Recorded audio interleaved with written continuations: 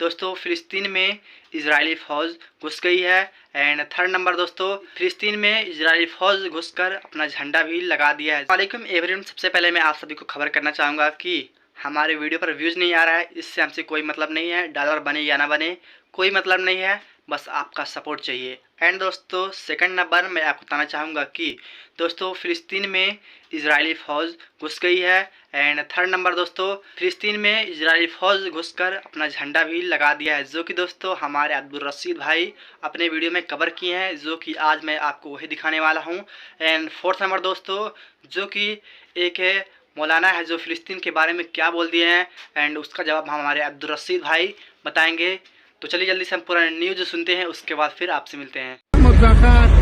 מניפים דגל ישראל בלב עזה על חוף הים, לא נשכח, לא נסלח ולא נעצור עד הניצחון। फलस्तीन में मार हो रही तो भी उनके पास भी पूरा इस्लाम नहीं है जी।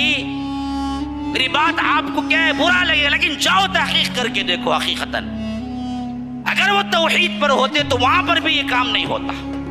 देखा आपने वीडियो, ये इजरायली फौज गजा के अंदर पहुंच चुकी है और फलस्तीन का गजा का झंडा निकालकर इजरायली झंडा लगा चुकी है। मैं आज का वीडियो इन दो लाइनों से शुरू करना चाहता हूं कि कब अश्क बहाने से कटी है शबे हिजरा, कब कोई बला सिर्फ दुआओं से टली है।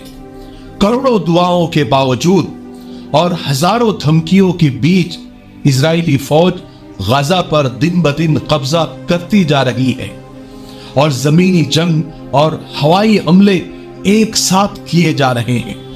इजरायली फौज ने गजा में आकर अपना झंडा फहरा दिया है, आप वीडियो में देख सकते हैं। इजरायली फौज के सामने हमास फीका फीका सा नजर आ रहा है। जाहिरी सूरत हाल तो यही सब बता रही है, आगे का हाल अल्लाह को मालूम, ये अंदर की बात अल्लाह को मालूम। हम सिर्फ दुआ कर सकते हैं क्योंकि हम अवाम हैं, हमारे हाथ में दुआ के सिवा कुछ भी नहीं है। जंग लड़ना तो हुकूमतों का काम है, हुकूमतें सिर्फ दुआओं के भरोसे नहीं रह सकती या धमकियों के भरोसे नहीं रह सकती, उन्हें कुछ ना कुछ करना चाहिए जो अब तक उन्होंने नहीं किया। नहीं लड़ सकते तो कम से कम इतनी ताकत तो होनी चाहिए थी कि ये जंग रोक सकते, लेकिन वो भी नहीं हो रहा है। इस बीच एक हजरत का बयान मैंने सुना, मुझे उनका नाम नहीं पता, लेकिन उनका बयान सुन के बहुत दुख हुआ, मुझे बहुत मायूसी हुई। आप खुद सुन लीजिए। फलस्तीन में मार हो रही तो भी उनके पास भी पूरा इस्लाम नहीं है जी। मेरी बात आपको क्या है, बुरा लगेगा, लेकिन जाओ तहकीक करके देखो। हकीकतन अगर वो तौहीद पर होते तो वहां पर भी ये काम नहीं होता। उनके बच्चों के, उनकी औरतों के कपड़े देखो, बुर्का है वहां पर, लिबास वो है नहीं, वेस्टर्न कल्चर का लिबास है भाई उन लोगों के पास भी आज भी। असल इस्लाम होता, असल तौहीद होती तो नहीं होता। ये एक ही गारंटी है, अल्लाह ने इसको नाबूद नहीं करेगा वो मुल्क को जिसमें तौहीद हो। ये हजरत जो भी है, मैं इनके बयान से बिल्कुल सहमत नहीं हूं। ये कहना कि वहां बुर्का नहीं है, इस्लामी लिबास नहीं है, पूरा इस्लाम नहीं है, इसलिए वहां ऐसा हो रहा है। पता नहीं हजरत ने कौन से वीडियोस वहां पर देखे, वहां पर खून से सने हुए बच्चों के चेहरे और खून से लथपथ औरतें, मलबे के नीचे पड़ी लाशों में ये हजरत ने बुरके देख लिए। उनका खून पता नहीं देखा कि नहीं देखा, उनके कटे हुए हाथ पैर देखे कि नहीं देखे पता नहीं, लेकिन उनके लिबास पर इन हजरत का ध्यान गया कि उन्होंने कौन सा कपड़ा पहना हुआ था या कौन सा लिबास पहना हुआ था, इस्लामी या वेस्टर्न। क्या उन मासूम बच्चों की लाशें, वो औरतों की लाशें और वो बिल्कुल धूल से अटे हुए वो जो लोग हैं वहां के, क्या इसमें भी हजरत को लिबास नजर आ गया? ये कहना कि वहां बुर्का नहीं है, लिबास इस्लामी नहीं है, सिर्फ इस वजह से वहां ये सब कुछ हो रहा है। हैरत है ना। इसका मतलब यह है कि फिर अफगानिस्तान में लोग क्या पहनते थे? वो तो पूरा इस्लामी लिबास पहनते थे। औरतें पूरा पर्दा करती थी, उनकी तो आंखें भी नजर नहीं आती थी। फिर अफगानिस्तान क्यों तबाह हुआ? और दूसरे जितने भी इस्लामी मुल्क है, क्या वो सिर्फ इसीलिए बर्बाद हो रहे हैं कि वो इस्लामी लिबास नहीं पहनते? और इस्लामी लिबास क्या है? कुर्ता पैजामा और टोपी, यही इस्लामी लिबास है। क्या वेस्टर्न कपड़े जैसे पैंट है, शर्ट है, कोट है, ये पहनने वाले मुसलमान नहीं होते? इस्लाम के दायरे से खारिज हैं वो लोग। क्या अल्लाह और उसके फरिश्ते मदद लेकर बस इसी इंतजार में खड़े हैं कि कब फलस्तीनी या कब गाजा के लोग, वहां के बच्चे, वहां के जवान, वहां की औरतें कब वेस्टर्न लिबास को निकाल कर फेंके और जल्दी से कुर्ता जुब्बा पैजामा पहन ले और वहां की औरतें बुर्का पहन ले और हम मदद को उतर जाए, और फिर इनकी हार जीत में हम बदल देंगे जल्दी से। ये लिबास नहीं बदल रहे हैं।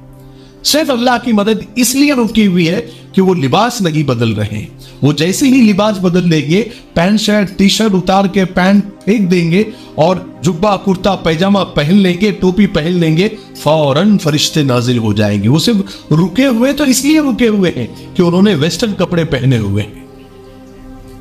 हद होती है, हद होती है। अगर क्या अल्लाह की मदद का जो मेयार है, अल्लाह की मदद करने का जो मेयार है, वो सिर्फ लिबास है? वो लिबास देखकर मदद आती है अल्लाह की? अगर ऐसा है तो सबसे पहले अमेरिका तबाह हो जाना चाहिए था। सबसे ज्यादा नंगापन तो वहां पर है। और इजराइल क्या कर रहा है? इजराइल जो लड़ रहा है, जो बमबारी कर रहा है, जो जमीनी जंग कर रहा है, क्या कुर्ता पैजामा पहन के कर रहा है? कुर्ता और पैजामा पहन के लड़ रहा है? क्या इजरायली जो लेडीज फौज है, क्या वो बुर्का पहनकर लड़ रही है? मेरे भाई, ईमान का ताल्लुक, इस्लाम का ताल्लुक दिल से है, दीन का ताल्लुक दिल से है। लिबास चाहे जो भी हो, इससे कोई फर्क नहीं पड़ता। ये बात सही है कि सुन्नत लिबास ढीला ढाला होता है, दाढ़ी रखना सुन्नत है, अमामा साफा पहनना सुन्नत है। सफेद कपड़े, सफेद रंग अल्लाह के रसूल सल्लल्लाहु अलैहि वसल्लम का पसंदीदा रंग था। लेकिन ये कहना कि इसके अलावा लिबास पहनने वाले, चाहे वो कितने ही पक्के मुसलमान क्यों ना हो, वो शहीद क्यों ना हो रहे हो अल्लाह के नाम पर, और मस्जिद अक्सा की इबादत करते करते वो शहीद क्यों नहीं हो रहे हो, अल्लाह की मदद नहीं आएगी। ये सरासर गलत है। अल्लाह की मदद का मेयार ये है कि पहले तुम दुश्मनों के खिलाफ लड़ने की तैयारी करो। जैसी तैयारी तुम्हारी होगी वैसे अल्लाह की मदद आएगी।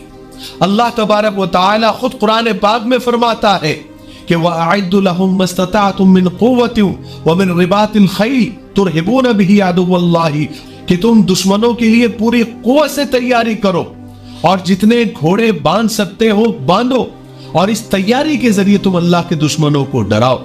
जरा सोचिए, अल्लाह अगर चाहता हो तो ये कह सकता था कि कुछ मत करो, सिर्फ कुर्ता पैजामा पहन लो, टोपी पहन लो, दाढ़ी रख लो, औरतों को कहो कि बुर्का पहन लो, मैं तुम्हारी जंग में मदद करूंगा, चाहे तुम्हारे सामने कोई भी आ जाए, कितनी भी तैयारी के साथ आ जाए।